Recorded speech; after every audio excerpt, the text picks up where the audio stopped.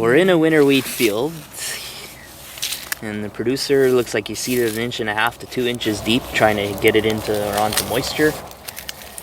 Thoroughly expecting that we should have had a rain by now. We're now September 28th, and yeah, we're there. So we haven't had any rain. The wheat is still sitting in dry soil, powdered soil.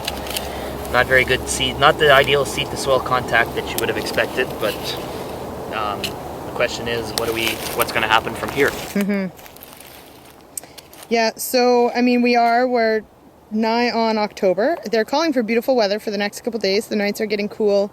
I don't think there's any rain in the forecast, and there I think a lot of farmers sitting with the same issue.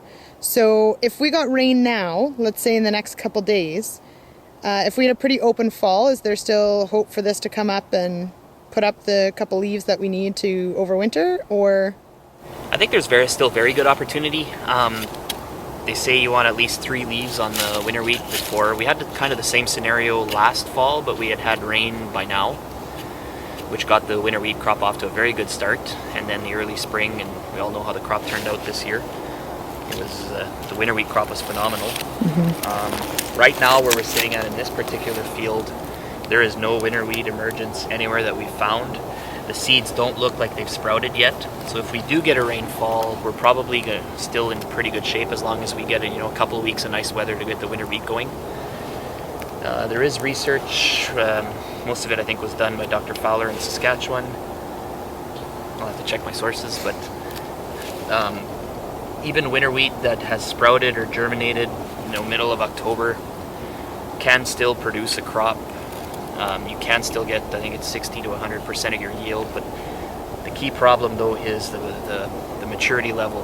When you get a field that, if say the low spots are coming up and out of the ground, and other higher ridges or other stuff come later, now you can have almost up to 10 days difference in maturity levels. So that has implications from herbicide timing right through to staging for fusarium head blight timing, which is tough enough in winter wheat because of all the tillering that we do get.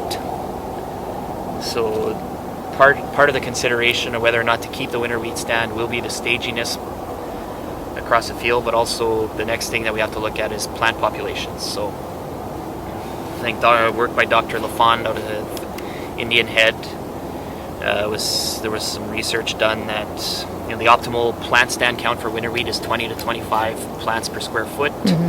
They were still showing, I think in their particular study, if the top winter wheat yields, or the top areas that had that 20 to 30 plants per square foot, were yielding 59, 60, they were still getting close to 50 bushels out of areas that only had 7 plants per square foot. But again, this had to do with